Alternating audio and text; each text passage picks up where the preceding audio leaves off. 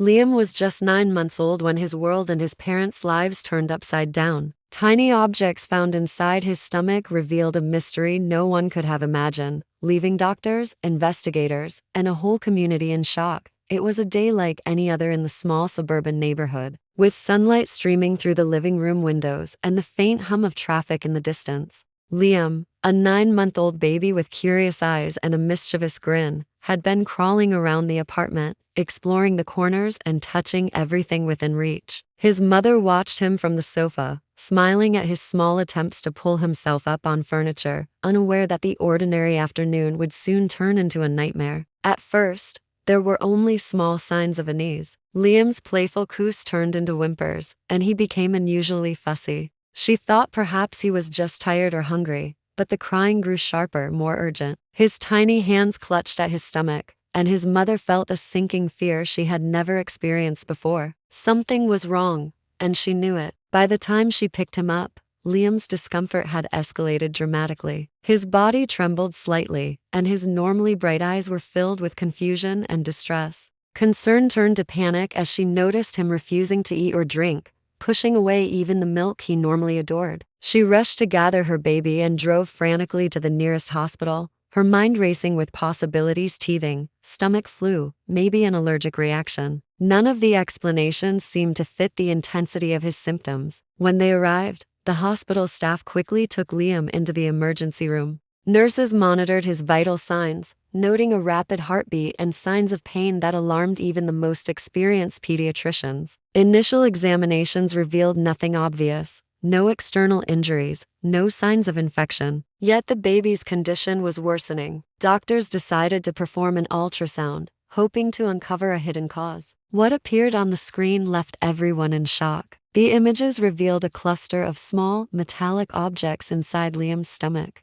Buttons, tiny screws, and even fragments resembling coins were tangled together within his tiny body. The room fell silent. How could a baby, just learning to crawl, have swallowed such a variety of objects? The medical team moved swiftly, carefully planning a delicate procedure to remove the items before they caused irreversible harm. What had begun as an ordinary afternoon had become a medical emergency, a mysterious and alarming case that no one could have anticipated. The discovery left doctors, parents, and eventually investigators with a haunting question. How did these objects end up inside a 9-month-old baby? That question would set the stage for a mystery far more complex and disturbing than anyone could imagine. Doctors immediately realized that Liam's case was unlike anything they had seen before. The ultrasound images had revealed a chaotic jumble of foreign objects, each one small but potentially dangerous when swallowed by a baby. Buttons of various sizes, tiny screws, fragments of metal, and even bits of plastic were scattered throughout his stomach. The team worked with quiet urgency, knowing that any delay could put Liam's life at risk. The procedure to remove the objects required extreme precision. His tiny body left no room for error. Surgeons prepared for the delicate operation, fully aware that even one mistake could be fatal. As the removal process began, the sheer number of items amazed everyone in the room. One by one, the objects were extracted, each one carefully documented and preserved for further examination. Some were common household items, seemingly harmless on their own, yet combined in the stomach of an infant, they represented a real and immediate threat. The medical team could not ignore the questions that naturally arose. How had a baby, barely able to crawl, ingested such a wide variety of dangerous objects? It seemed impossible, and yet the evidence was undeniable. Liam's small stomach had become a storage space for objects that no child should ever encounter. The hospital staff soon realized that this was not just a medical emergency,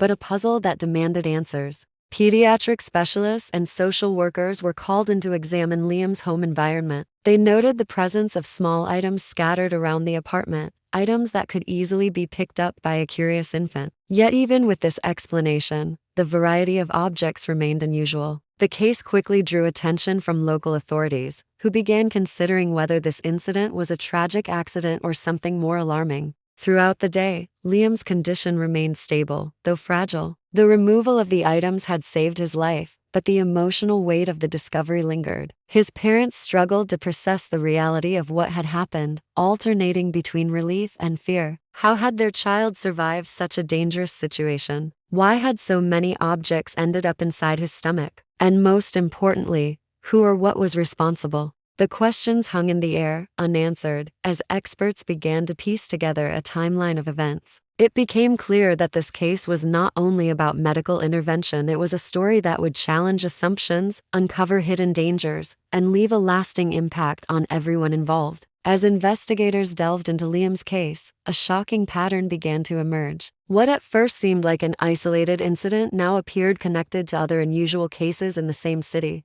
Pediatricians reported that several infants from different neighborhoods had been admitted to hospitals with mysterious ingestions of foreign objects. The objects were always small, often metallic or plastic, and the circumstances were puzzlingly similar. In each case, babies were too young to crawl extensively, let alone pick up and swallow such items on their own. The pattern was unsettling, hinting that these incidents were not purely accidental. Authorities began to examine the environments where the infants lived. In some homes, objects were scattered carelessly within reach, suggesting negligence. In others, however, the level of danger seemed calculated, as if someone had intentionally placed the items where a baby could find them. Social workers noted inconsistencies in caregiver statements, but nothing conclusive appeared at first. Still, the repeated nature of these incidents could not be ignored.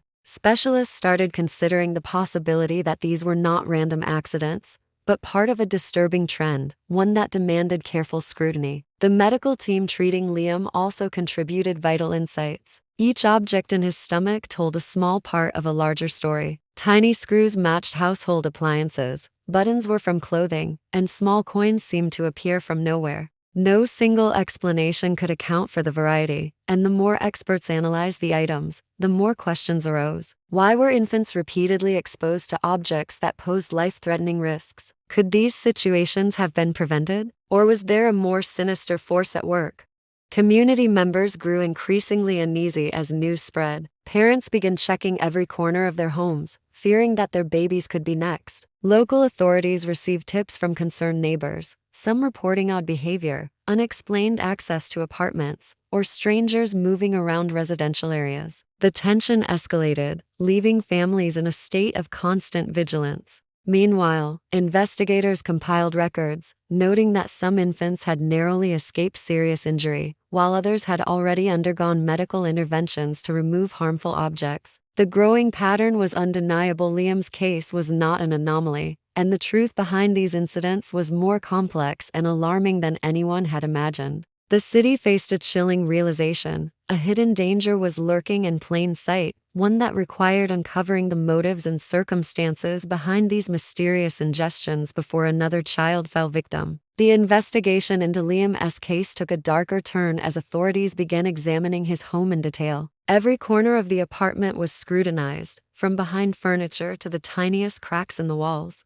Investigators discovered small objects scattered across the floor, tucked in between cushions, and hidden on low shelves where a curious baby could easily reach them. Some of the items matched what had been removed from Liam's stomach, deepening the mystery. Forensic experts meticulously cataloged each piece, analyzing fingerprints, wear patterns, and even traces of dust to determine how long the objects had been there and whether anyone had handled them intentionally. As the investigation progressed, inconsistencies began to emerge. Caregivers and household members gave conflicting accounts of when and where objects were found, creating an air of suspicion. Some explanations seemed plausible, while others appeared deliberately misleading. Authorities expanded their inquiry beyond Liam's home, checking local playgrounds, nearby shops, and visits from family friends. Each step revealed fragments of a larger, more troubling picture. These incidents were not entirely random. The forensic team discovered that some of the objects had been manufactured locally, with unique markings that linked them to a specific craftsman who occasionally visited several homes in the neighborhood. This revelation raised serious questions about access and intent. Could someone have been deliberately placing these dangerous items within reach of infants?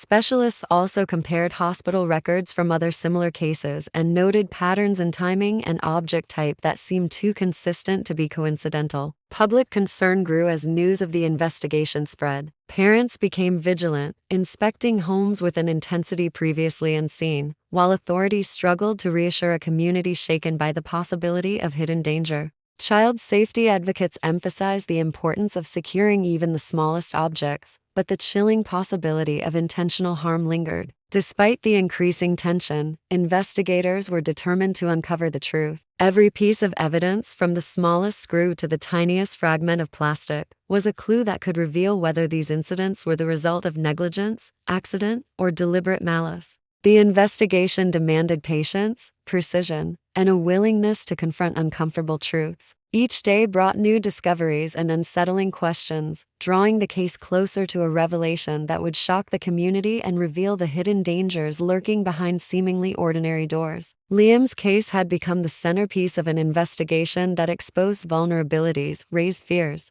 and challenged assumptions about safety, trust, and the unseen threats that can endanger the most vulnerable. After weeks of painstaking investigation, the full story behind Liam's case began to take shape. Authorities discovered that the incidents were a mix of accidental ingestion and, in some instances, gross negligence. Many of the small objects had been left in accessible areas on low tables, near furniture, and even on the floor, making it almost inevitable that a curious infant could swallow them. Some caregivers admitted to not realizing the danger, believing these items were harmless or unlikely to be discovered by a crawling baby. Yet, even accounting for carelessness, certain elements of Liam's case remained deeply troubling. Forensic analysis revealed that not all objects could be explained by household oversight. A few items had distinct markings indicating they had originated from outside the home. Further investigation traced these items to a visitor who had access to multiple apartments in the building. While authorities could not prove direct intent to harm,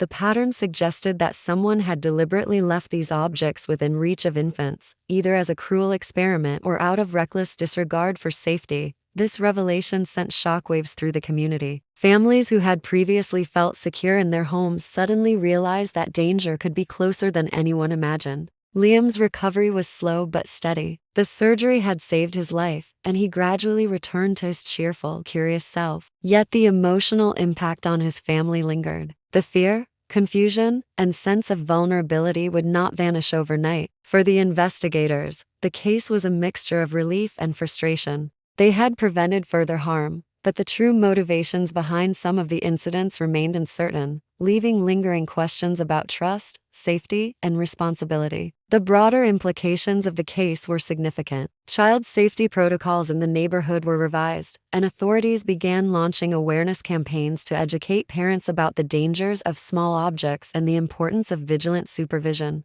Social workers worked with families to ensure homes were safe environments for infants, and medical professionals collaborated to track and respond to similar incidents more quickly. Liam's case became a cautionary tale, illustrating how ordinary households could hide extraordinary risks, and how one small mistake or one malicious act could have life-threatening consequences. In the end, the mystery of the objects inside Liam's stomach revealed more than a medical anomaly. It uncovered hidden vulnerabilities in everyday life and the fragility of trust. The story left the community shaken, yet wiser, serving as a stark reminder that danger can appear where it is least expected, and that even the smallest objects can carry consequences that resonate far beyond their size. The incident would be remembered for years, both as a terrifying ordeal and as a lesson in vigilance, care, and the unpredictable nature of the world around the most vulnerable.